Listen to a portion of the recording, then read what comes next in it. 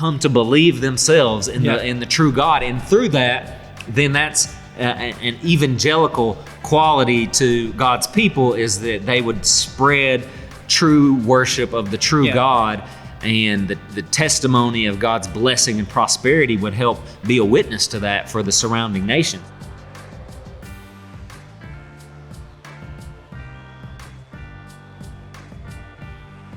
I've literally on Facebook been getting a lot of people, and it's funny because they're like, hey brother, praying for you, you know, y'all, what you're saying is so true. You just seem angry.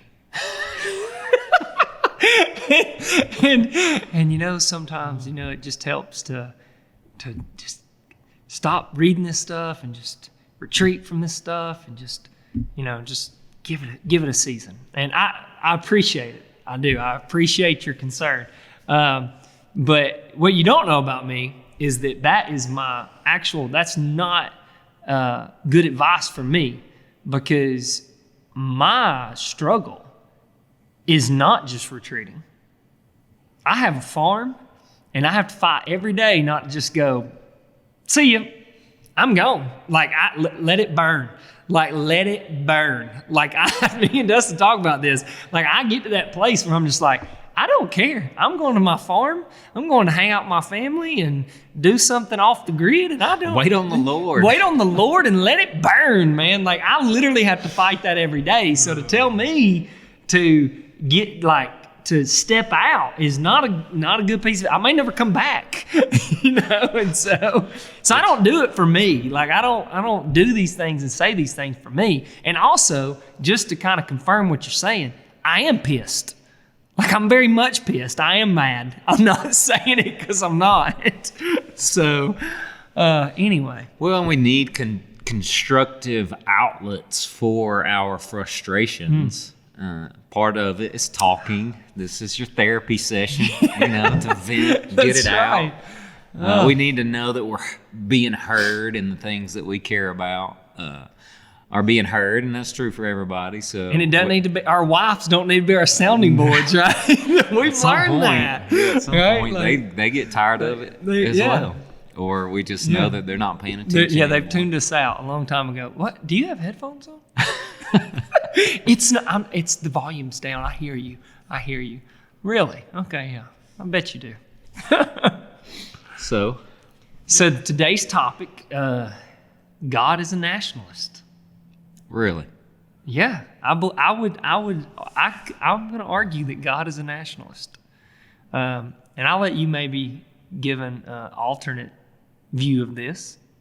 Because like we talked about, you could probably see this in a couple different ways. But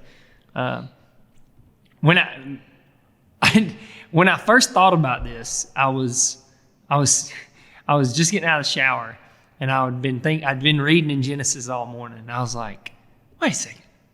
You know, and I was frustrated about everything that's going on, and somebody just said, those people are white nationalists and and I was like, why white nationalists? Like, what happens if you just take the word white off of it? And I started thinking about it, and I was like, well, God kind of called Abraham, didn't he? And then he kind of told him that he was going to be a great nation, but before he was a great nation, he was going to make him into a great nation, and he was going to bless him so that he could be a blessing, right? And so then you see that process of God taking a man and making him into a nation, not so that he could consume all the blessing for himself, but that he could be a blessing unto the nations. And you kind of see that picture culminate in Joseph, right? Where Joseph rises to the occasion of being the second in charge of all of Egypt, just under the Pharaoh. And he's not an Egyptian, right? He's a Hebrew. And he ends up being the one in charge of giving out all the extra wheat that they preserve and store up for themselves in the 7 year of plenty, so that they can give it out in the 7 year of famine. And they end up consolidating all the wealth. And he becomes the greatest blessing in the world to the Pharaoh and to the surrounding nations, because everyone would have starved, right? And so you see this kind of culminate in Joseph. And the fact that it's almost like God has a message here of going, he had to make Abraham into a great nation of laws and regulations and boundaries so that he could be a blessing and that he could communicate that blessing, that this is the way that you should live in order to function properly inside of God's economy, which leads to being blessed. And if you refuse to do that, well, you have every right to do that, but God didn't make it that way. And don't expect long-term blessing to follow. And so I think going back to, I think people attach the word white nationalist to the word nationalist because I think those people are actually afraid of what a true nationalist ought to be about. He ought to be about his country, his people, so that they can be a blessing. Right? If you don't have boundaries, if you don't have a nation of laws and regulations and constitutions and things that are being a blessing to your people, you can't be a blessing to other people. Right? So I don't know. That was just kind of floating around in my head. And I was like, yeah, God's a nationalist. Right? But it's not to, what most people think of nationalists is they think consume all of it for myself. But that's not what we're saying at all. Yeah, and as well as like keep everybody out. Yeah. And to be so only concerned with your own internal self-interest as a nation at the exclusion of everyone else that and that it's rooted in fear. But right. Well, but you have to be consumed with yourself to the point that you preserve what it is that is allowing you to be the blessing to begin with. Sure. But overly concerned with your internal affairs to the exclusion of those things happening outside. But I would say most fundamentally, it's just a form of propaganda, attaching white to nationalists, making it have these racial connotations. Historically, the term nationalist has not particularly been associated with any sort of necessarily like an ethnicity or, I mean, throughout the world and throughout history, most nations are made up of people that are obviously from the same geographic region, so they look a lot alike, and then they have a common heritage with a language and culture associated with it, so they identify with one another because of the things that they share in and the things that much of their history and heritage is one that they want to honor in some way. It doesn't mean that they aren't moving forward, and advancing in society, but at the same time, they're holding dear the things that have made them a people. Yeah. And maybe distinguish them from the people next door or the people across the world. And then you can have a conversation or attempt to have an objective evaluation if this nation and the culture and the ways of the society within it, how does it compare to this people over here and how they do things? And might you evaluate whether this way of doing things has its advantages and its pros and cons versus these? And then you get into, though, in today's time, all peoples, all cultures, all ways of life are inherently, they're equal. And you can't judge one over the other. And what's being asserted in our modern, I think it is more rooted in this effort, connected with kind of this cultural Marxist movement, kind of a drive toward what really only amounts to socialism, communism as its end result, but just more on the basic level is an attack on Western civilization, Western traditions, Western culture, in all of its forms and expressions. So whether that be an attack on language, and a people can't have a formal national language anymore, when that's that's the way it's always existed all over the world. And some languages are better than others. Well, they have their place. But I say that jokingly, but what you're pointing to is pluralism is good, right? We want pluralism. A pluralistic society is a number of ideas in the marketplace of ideas that we can debate about, we can communicate about, we can have conversation about. But when pluralism extrapolates itself into relativism, that's when it becomes dangerous. That's when it blows up in everybody's face, right? And that's where we've got to. It's that not that we all come to the marketplace to exchange our ideas. And hey, newsflash for all you out there that are sensitive, some ideas don't belong in the marketplace because they suck. Well, right? if they have their chance in the marketplace, then they're proven bad ideas. That's right. And when they get removed, and they fail. That's right. That's what happens in the market. Things can fail. All ideas are not created equal. Some suck. That was my point I was trying to get to. But you get to this, but we believe now that all ideas come to the marketplace, and who are you to judge another person's ideas? Right? You can't do that. It's all relative. Therefore, everyone's ideas are equally valid in the marketplace. And it's absurdity. It doesn't even make sense because that's impossible. They're mutually exclusive claims all the time in the marketplace. And if they're different claims, then one has to be true and the other false. Right? You can't have two claims coming at the same thing and both of them be true. It's a level of absurdity that is floating through our society now that makes me want to retreat. Like, that is where I'm at. Like, that is the one thing that drives me nuts is the new generation not being able to see this and just go, how ridiculous do I look when I communicate like this?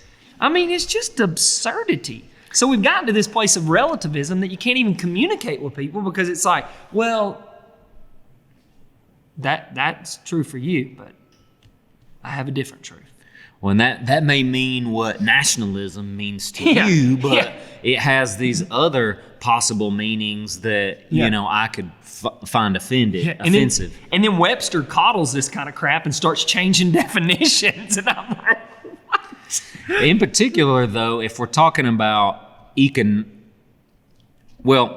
so, you know, our theme is God as a nationalist. Yes, yeah. And so let's go. In order to, though, maybe conclude on that point a little more thoroughly, I would say, though, in today's language and in the rhetoric that's bounced back and forth, you have like the idea of white nationalism, which the point I was making a minute ago is that's taken nationalism, the idea of nationalism, in an attempt to throw shade on it and make it seem controversial or heretical or what, you know, however you might, to have people hear it and associate it with something like racism. Sure. I mean, surprise in the day where everything's racist. So therefore you don't even give it any attention. Right.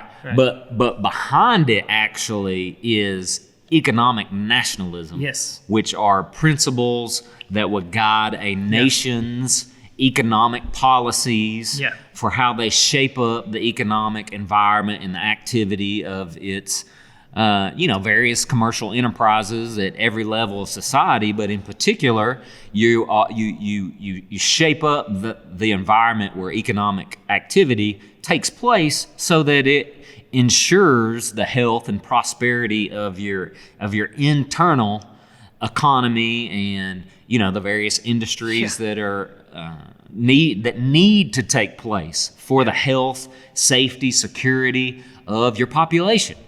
And versus, in contrast, in this day and time, to what's known as a globalist economic kind of policy agenda, where the boundaries and the interests of the nation states are, if not done away with, made secondary to a more global effort and agenda that's driven not by the interests of people and or the nations and their people, but the multinational corporations and institutions that, you know, drive things in that direction because it's going to benefit them and their bottom line financially.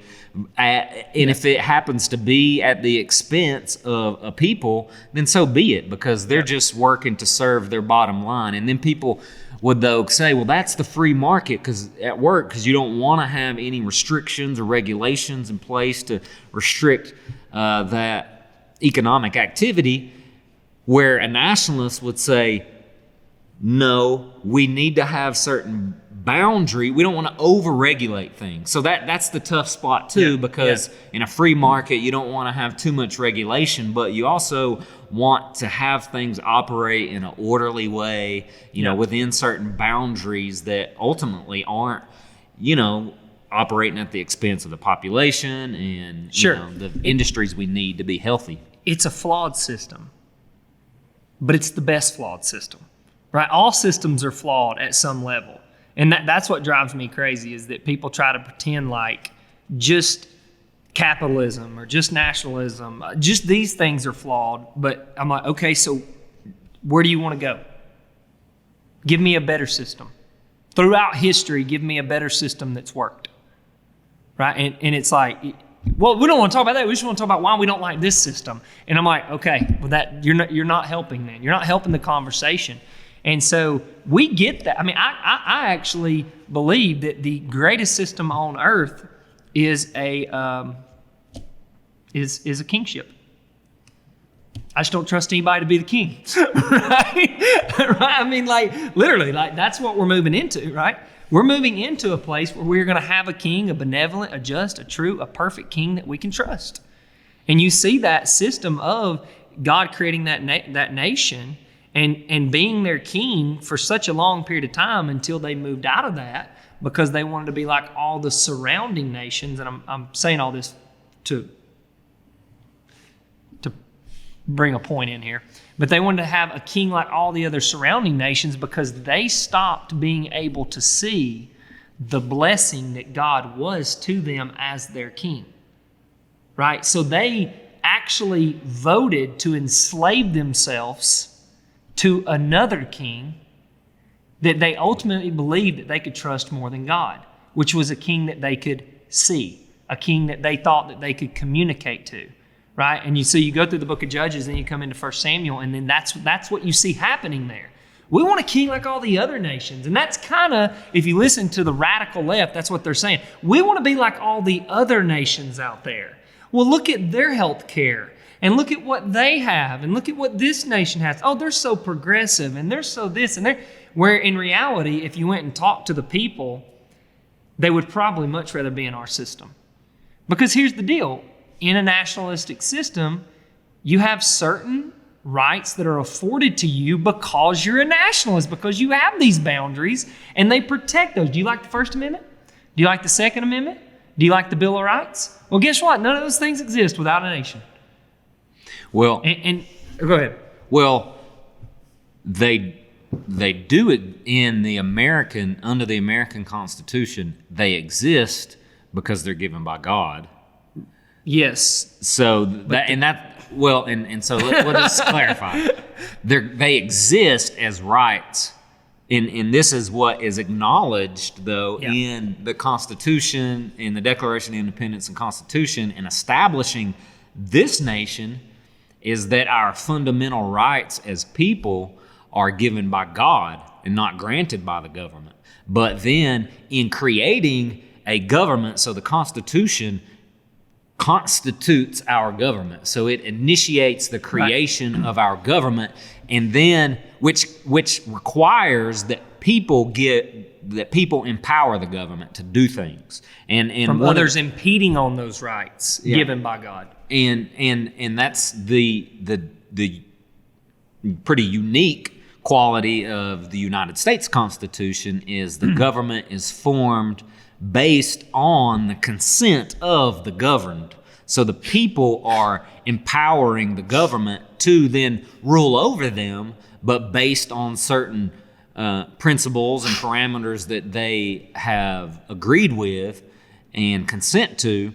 And then specifically the Bill of Rights are an extra protection. Just to clarify, we are not giving this government that we're creating the ability to infringe on these rights that already exist. Yeah. So from the beginning, it's establishing as a nation these certain boundaries that it operates on that is really pretty unique in human history and unique in the world today. If you're going to look at other nations and compare the United States to other nations. And even the way they set up the three branches of government was for the same purposes, right? To protect men from being able to infringe and corrupt those rights downstream, because they came out of a system that was corrupted, and they knew the inherentness of men, the sinfulness of men to want to take power over other men. They knew that.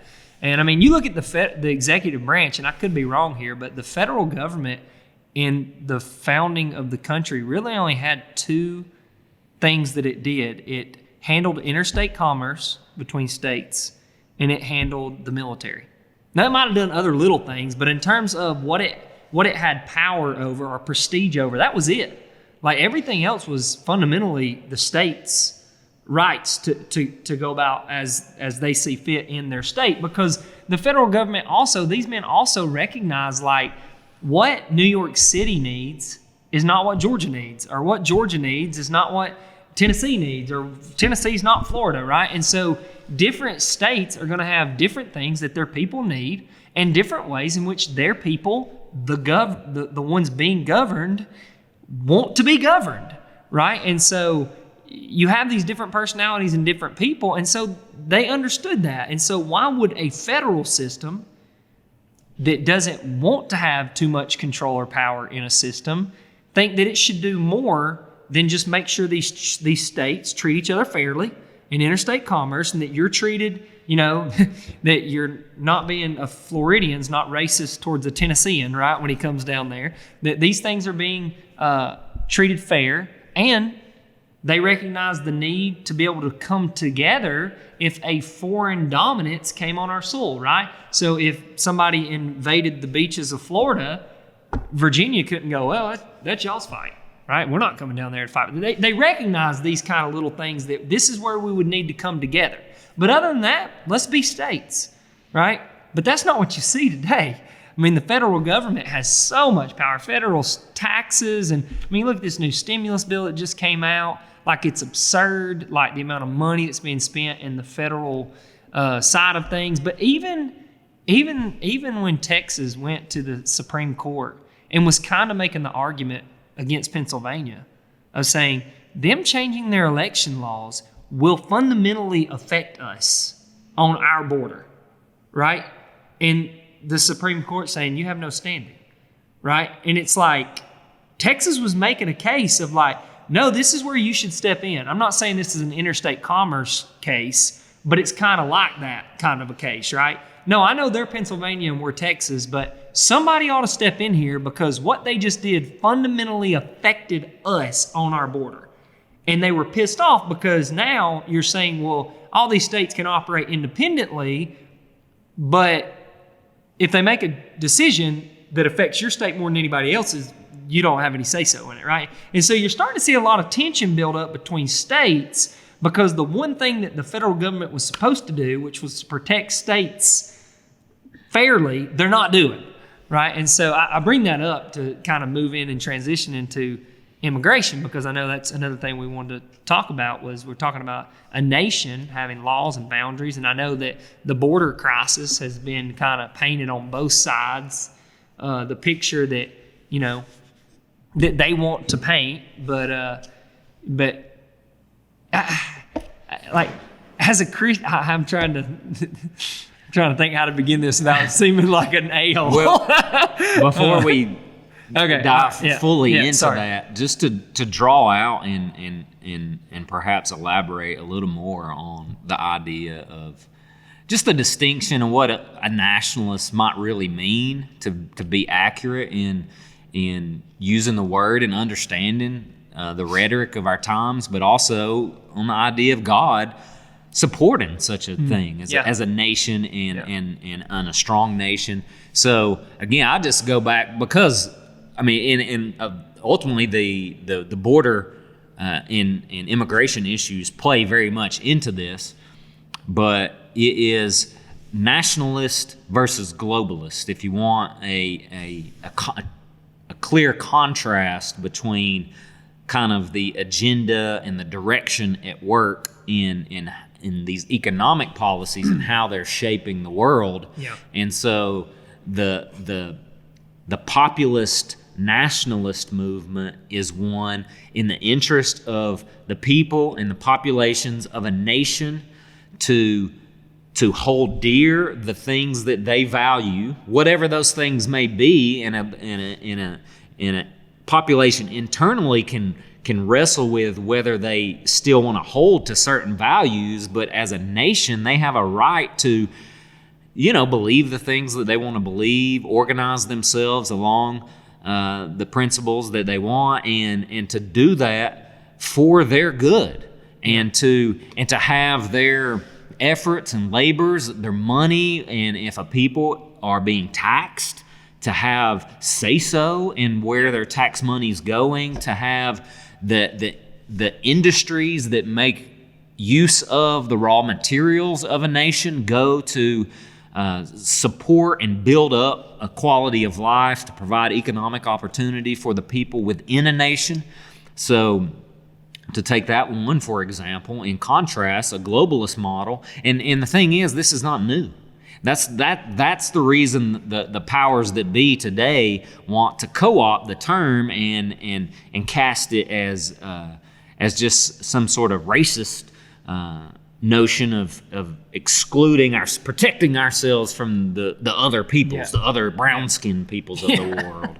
Is that historically it's the same battle that's going on. You have the interests in the world who are operating more from their own selfish, maybe a corporate self-interest, but I mean, even in the formulation and development of the United States, you had a battle with the powers of Europe that existed, the British East India Trading Company, the other nations, and the way that they controlled the waterways of the world, that they had a dominant influence in global trade because of their control of through their navies of the waterways and trade routes and things like that. And then they would go and conquer a population, subject that people under their authority and rule, often extremely harshly treated,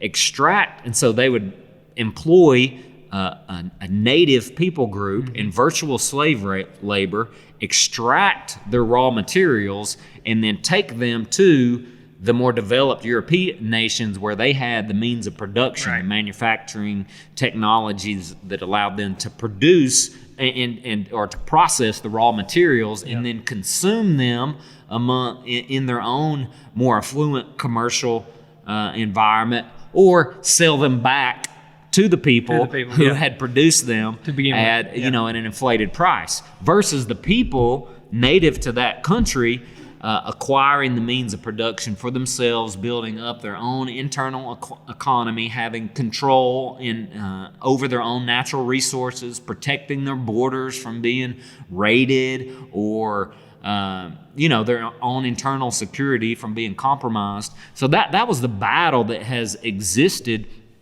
And the reason in the United States coming into existence, putting in place the laws and giving the government the certain abilities that it had, was to protect this nation that they hoped to develop, to found it on the very abilities that allowed the people of the country to possess those powers and abilities themselves for their own interest and general welfare, and the government having the authority to uphold that through maintaining the borders, through regulating the commerce, through coining money and having that system in place to keep it orderly and facilitate the trade within the states, as well as making certain stable credit available for the development of industries and things like that. But in our modern time, and so when the United States, we as a haven't nation, had to go through all those stages though, so we've become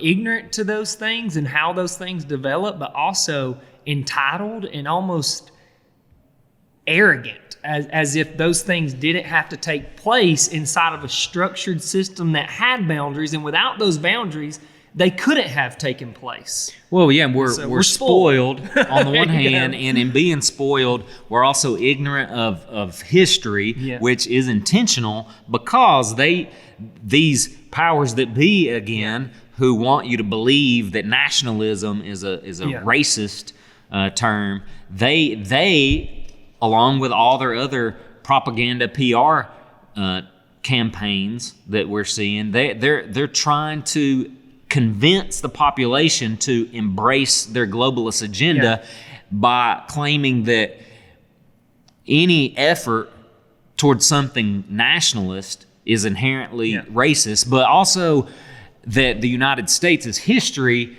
is only this ugly history that has abused and exploited people all along the way, when in reality it is actually the globalist model and philosophy that in the underpinning values of it and its influence on the United States and America that has actually been more responsible for producing those ills, for producing those negative things. So just for the main example being slavery in the economic model that employed slavery is consistent with the globalist model that currently exists in the world today, where they employ slave labor largely in maybe Latin America and throughout Asia, much more so, specifically China today, much more so than what was an economic model rooted in the national policy approach of the United States, which would utilize a tariff, among other things, to help protect being flooded in with a bunch of cheap goods produced from outside the country, by slave labor and by raw materials that have been everybody's stolen. okay to buy that, right? We're not worried about other slaves, just here. Yeah, so for example, among other things, a tariff being used to protect the internal economy and the worker for being able to have a more sustainable wage for the entrepreneur, the farmer, the industrialist who wants to get started or continue to have a viable income through their product, but they want to be able to pay. They want to be able to actually make money and pay people a livable wage, but they can't compete with the cheap products that are being produced from the outside and being flooded into their market. So a tariff is put in place to tax those goods to make it more competitive coming in. And so we see and because President Trump and his administration and some of his advisors employed some of these very things to not really just compete, but to, it's almost an act of economic warfare to counter China and their agenda, because and that's what they're afraid of, and that's what I'm driving at, is the rhetoric to paint nationalism as racist is a total lie, only being used by these globalists who want to continue to exploit cheap labor out of China, continue to perpetuate this supposed capitalist system and its inequalities. But it's only going to lead to more of the very things that people think they're trying to stop by decrying. The fear of white nationalism. Well, and it hinders too, right? It hinders tariffs, hinder nations that are not serving their people, but are instead using their people to be able to get cheap goods to other countries, so those countries will give the people at the top money, right? Because if we put tariffs on China, well, now China has to build an economy inside their own nation, right? And so now they can't use their people. They have to serve their people and invest in their people and help their people produce so that their people can pay taxes to them. But they don't care to do that because the whole freaking world keeps going, oh yeah, just keep your people in chains and we'll just keep giving you money, right? And so for some reason it blows my mind where we don't see that. Like, we're so blinded by our own greed and our own pride and our own selfishness that it's like these policies are helping actual slaves in today. I know a lot of people here think you're a slave, but you're not. It's helping actual slaves in today's society by forcing a nation to no longer to be able to use those people to get money from the rest of the world. And I think, too, you keep saying globalist nationalist, right? I think a way to maybe even understand this, like to bring it down to the practical, simple person's mind. 'Cause I was thinking through it as you were saying it, and then taking the idea of what I was talking about, the federal government and states' rights. Another reason a nationalist mindset is really healthy is, so let's imagine the federal government as the globalist mindset and the states as the nationalist mindset, right? Well, inside of that, these states, you got, these states that are making independent decisions for themselves. Some are good decisions, some are bad decisions. How do we know? Well, at the end of the year, you ought to have a budget. Some people have blown out their budget. Some people have spent it in places they shouldn't have spent. Their people are happy.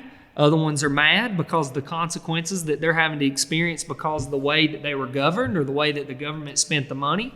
But then a globalist steps in, and let's just make something up like a $1.9 trillion stimulus plan. Let's just create that. Let's pretend that Hypothetical. Hypothetical $1.9 trillion stimulus plan. And they said, no.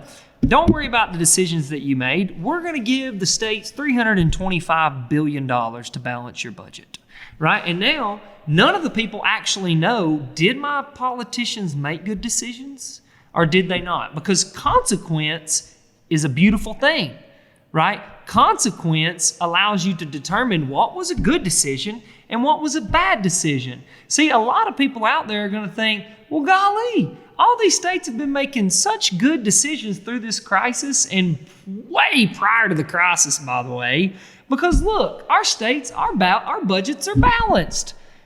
We won't take it into consideration. It took $325 billion to get us there, right? So it's like that, but that's the globalist, right? In a globalist mindset, you don't know what's good and what's bad. It's hard to really, you get like, is that a good decision or a bad idea or a good idea?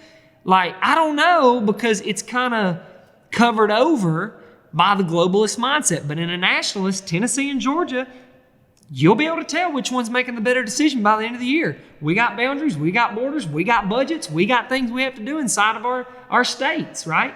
And you know what? The members of those states will have to suffer the consequences or enjoy the blessing of how their government inside that state did. And if you don't like it at the end of the year, you can move over to Tennessee. And then eventually Georgia becomes a crap state and everybody just goes to Tennessee, right? And so that creates a competition that is healthy inside of our nation.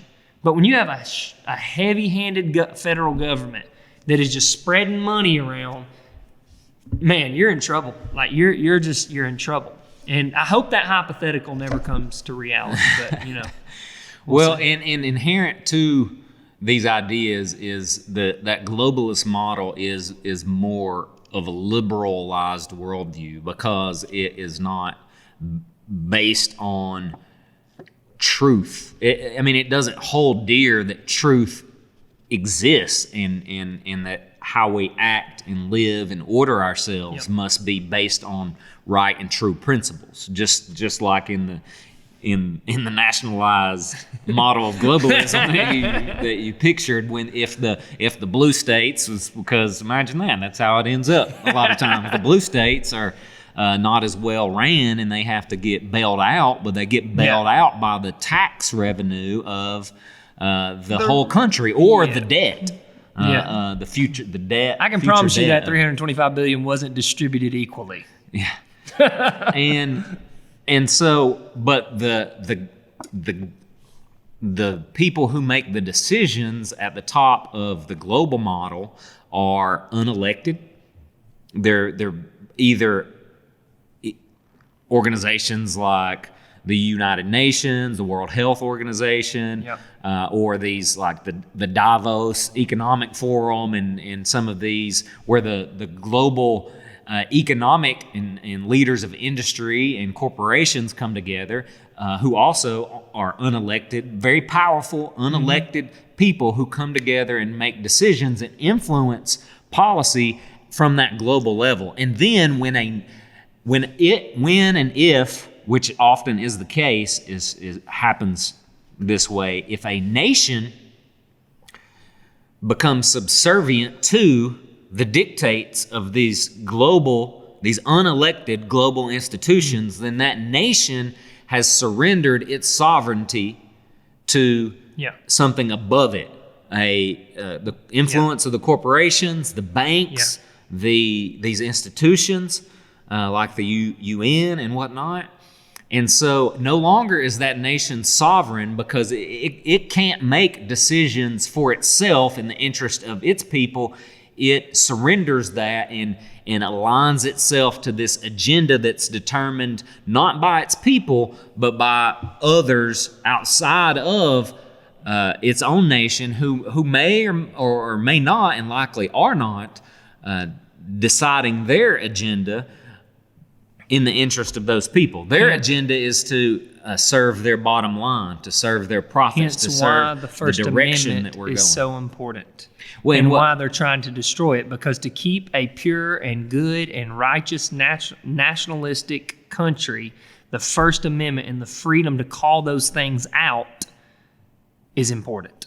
Well, and that's their greatest fear, and that's the reason the United States is such a threat. That's the reason enemy number one is the United States in our history and our heritage, and they have to use their immense resources, but also their liberalized worldview, who cares nothing for truth, but only whatever serves the outcome they desire. So they can influence our media, all of our cultural influences, such as Hollywood and professional sports, and all the money that is coming into those major cultural institutions from outside this country, although plenty of our money is being funneled up to them. And then they can convince us of things, convince us that we're a horrible, no good nation that deserves to end, and in hopes that something better would rise from the ashes. That something better handed down from,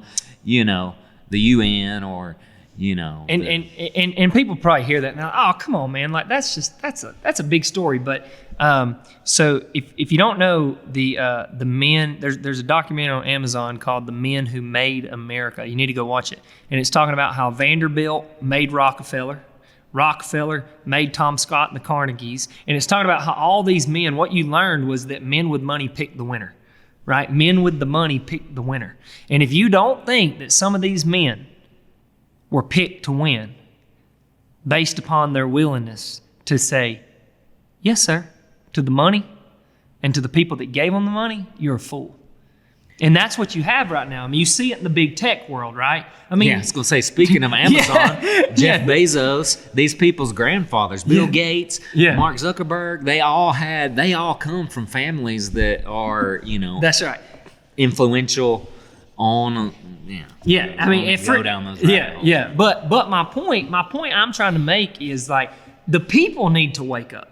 The people need to wake up to that reality. If you're watching certain things and you're like, I don't care if you agree with us. I don't even care if you agree with a conservative mindset. Maybe you're a liberal, right? If you're a leftist, you're probably not listening to us anyways. But maybe you're a liberal and you're on the other end of this and you're like, I do see a lot of inconsistencies in like the way that Twitter operates or the way Facebook is doing certain practices, or YouTube's not as bad as the most, but they're there, right? Or just some of the things that are happening in the big tech world. It just seems inconsistent. It's because it is, right? It's because it is. It's because these people have been picked by the globalist, and a globalist, mind you, is liberal in his mindset. He hates conservatism. He hates capitalism because capitalism and conservatism breeds competition.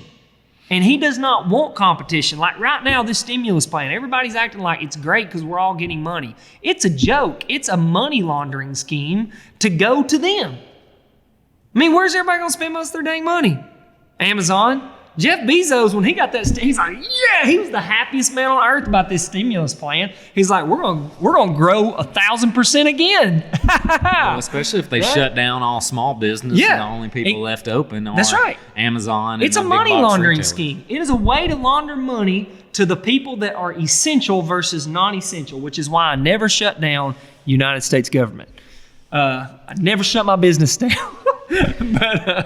Well, and we were saying that the globalist outlook is inherently a liberal type of worldview, and that is inherently because it doesn't have a submission to higher authority of truth in verses. And as well, you can see how it lines up with a godless agenda, efforts to, eliminate the influence of the church in the world, for sure, and morals and values you're not associated serving with the people church anymore. You're serving yourself, right? Yeah. It's an idolizing worldview. It is about me, the money, and the power that I can have over other people. That's really what it's about. It's about having power over other people rather than loving your neighbor as yourself, right? And what in the way that then I would land on the point that we're making, that God is a nationalist, is that because the globalist agenda is a godless one seeking to liberate itself from the boundaries, the rules, the authorities that in their mind limit them and what in the prosperity, in the happiness that they can have and pursue. They want to get out from the restraints of what a sovereign nation with its laws and its borders would require. And so the idea that God is a nationalist is not, to force God into holding a position in our, contemporary political and economic debates. It's what in God's design for the earth and for people in it, how is it that God intends for us to operate and operate together, cooperate together to serve our common interests, to love each other, and how is that ultimately best served? And we would say, and then we see it in the Scripture in various ways, that God would affirm and uphold the idea of a nation state that has certain guiding principles, truths, first and foremost, a belief in allegiance to God Himself, and especially if we're talking about in the initial creation of humankind or the establishment of the nation of Israel through Abraham and his descendants, is that God creates a people by giving them an identity and a law that will govern them and boundaries that give them a land, a possession for them to then steward and work and labor in and produce the fruit of, that would then support its people, that would then lead to its flourishing and prosperity. Yes. And that has to be on certain... Oh, you're chomping at the bits over here. Well, because I get hit with this a lot. Go for it. All right, this is like something people peg me on all the time on Facebook, and you just teed it up, so I want to hit it. Go for it. And Dustin, what did God do to the people, His people, who lived disobediently in the land? He kicked them out of the land. He kicked them out of the land. That's right. So all you out there that continue to say, well, you just seem so down, or you seem so angry, or you seem so this, or you seem so that. And God is always going, and God will deliver, and God is going to bless, and God is the. That's not always the case, right? Those who disobeyed God in the land were kicked out of the land. I'm so sick of this prosperity gospel in our message that just pretends like we Christians can do no wrong. Like we're just so good. Why do we deserve any of this, right? I said something the other day on one of my posts. I was like, and we deserve it. And I was just listing out a couple things. And somebody literally goes, why do we deserve it? And I'm like, not because of what the world's doing, but because of the way the church is living. That's why we deserve it, right? That's why we deserve it. Well, and if you look at a nation like the United States, and if you want to consider how like how God's design then ought to instruct us as a nation who is not Israel. And so we can perhaps draw some lines and distinctions how God's promises to Israel might differ than what we can expect for our nation. But at the same time, there are also parallels that, and just simply God's put, consistency in His nature is one of the major parallels. yeah, and for any people, like you were talking about before, really God is supposed to be the ruler, the king, and we are to fall in line under Him. But that means He establishes what's good and true, the laws that we ought to operate by.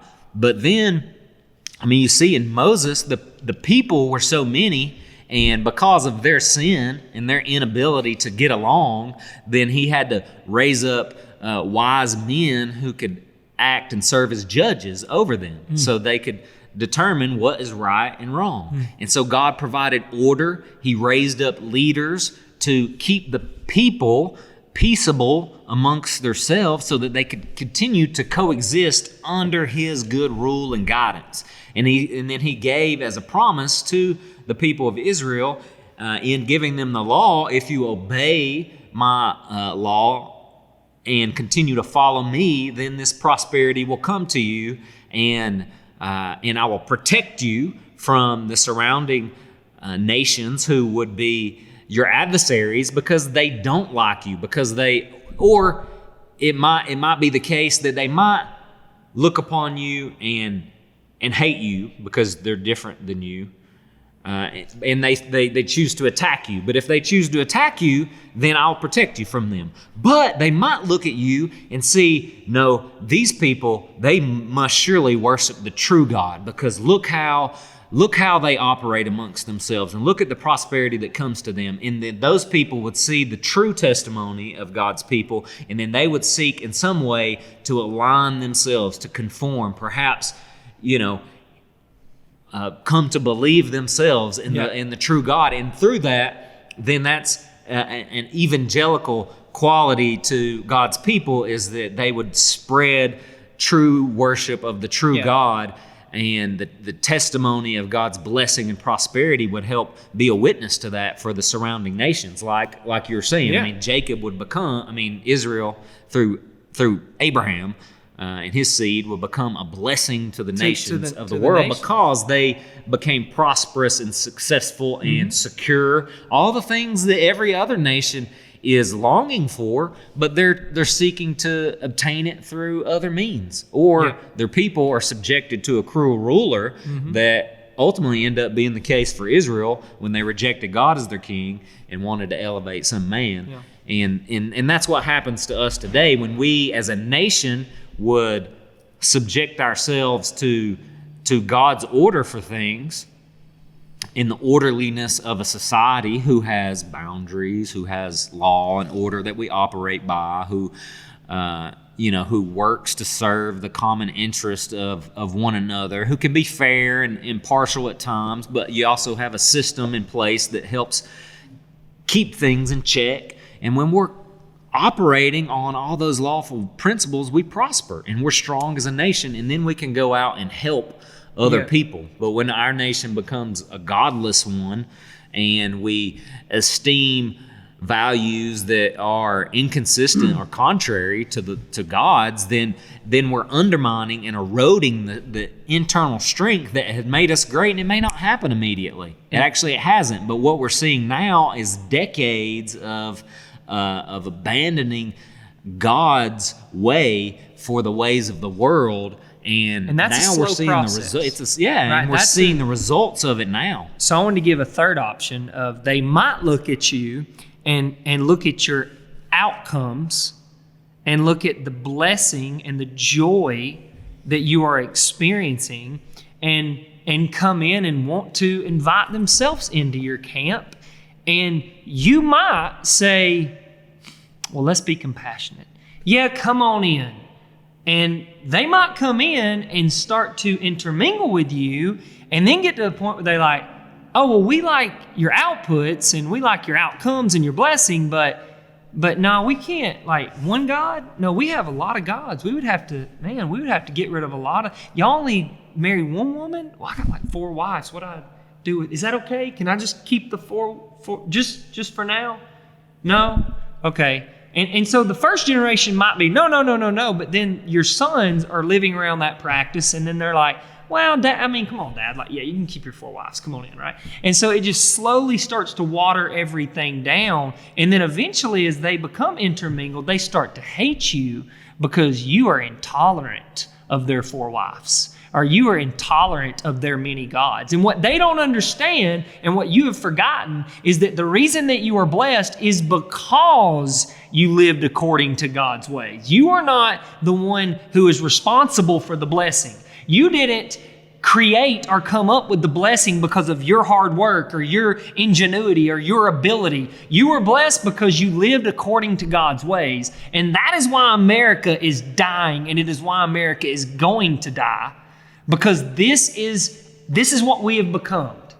We have literally thrown off the ways of God, and we have slowly inputted ourselves inside and underneath the world system to where we have become dependent upon the world system, so that we have to daily compromise ourselves in some way and then justify it in our own minds because we just couldn't camp outside far enough away from Sodom and Gomorrah. We were Lot, right? Sodom and Gomorrah is here, and Abraham's like, Lot, what do you want? What place do you want? And Abraham knows he's going to pick the place right outside of Sodom and Gomorrah. And he goes, oh, I want that land over there. And okay, go there. And Abraham goes all the way over here, distance himself from Sodom and Gomorrah, says Lot pitches his tents outside of the city, and the next time we see Lot and his family, he's living in Sodom and Gomorrah. That's us, right? We pitched our tent right outside, and we're like, can I just go for the day? Just one day, Dad. Right? And so, and then Abraham's like, well, and he's like, all right, let me go rescue Lot again. My gosh, here we go. And Abraham's got to go rescue him, right? And so this is where America is. This is what we have become. And so for all you out there like, why do we deserve anything? You're the problem. If you can't see why we deserve God's judgment, then that is the problem. I mean, I should just say rest my case right there, because I don't know what else to tell you if you can't see it, you know?